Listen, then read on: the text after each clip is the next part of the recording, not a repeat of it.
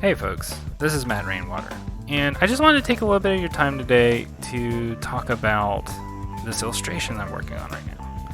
So this is intended to be a banner to be posted on Webtoon when the Season 3 finale of Trailer Park Warlock goes up.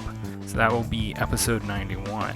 Let's talk a little bit about this illustration and what happened, how it came to be, and where it's brought me to today, oddly enough.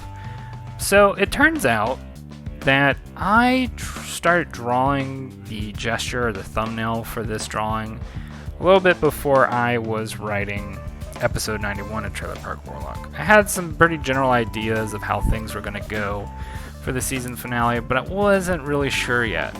So interestingly enough, starting on this banner kind of forced me to focus in on writing episode 91, because I knew that something that happened in the episode for episode 91 needed to relate to this illustration, because this is the illustration that people are going to see on Webtoon. It would be weird to have such a specific illustration, be up on Webtoon, and then you read the episode and go, none of that happened, and none of that happened in this episode of Trailer Park Warlock.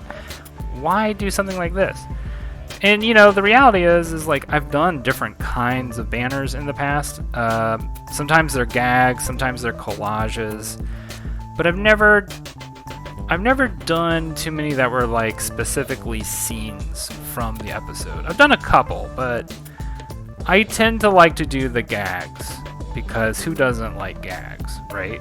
But I figured for this episode, and to be real, to be totally honest, I was short on time, and I realized I only have so much time to spend on making this banner, so I need to make it something that's really honed in, and not something that I end up spending, a week trying to figure out.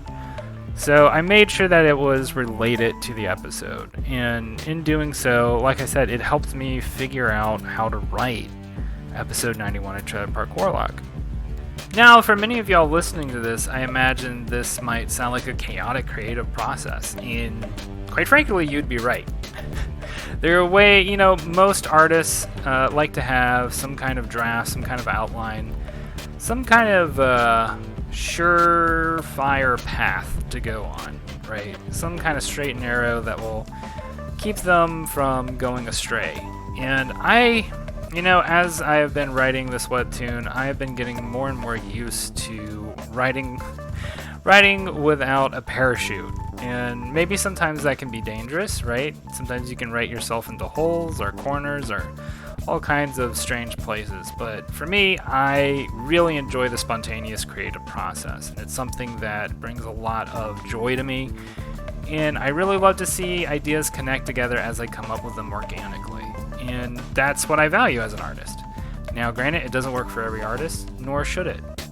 But that is what I like to do, and that's just kind of what I want to talk with y'all a little bit about today, is that, as a creative person, don't be afraid of where your ideas might take you, because you might end up with, as Bob Ross liked to say, all those little happy accidents. So embrace your happy accidents, folks. I'll talk to y'all later.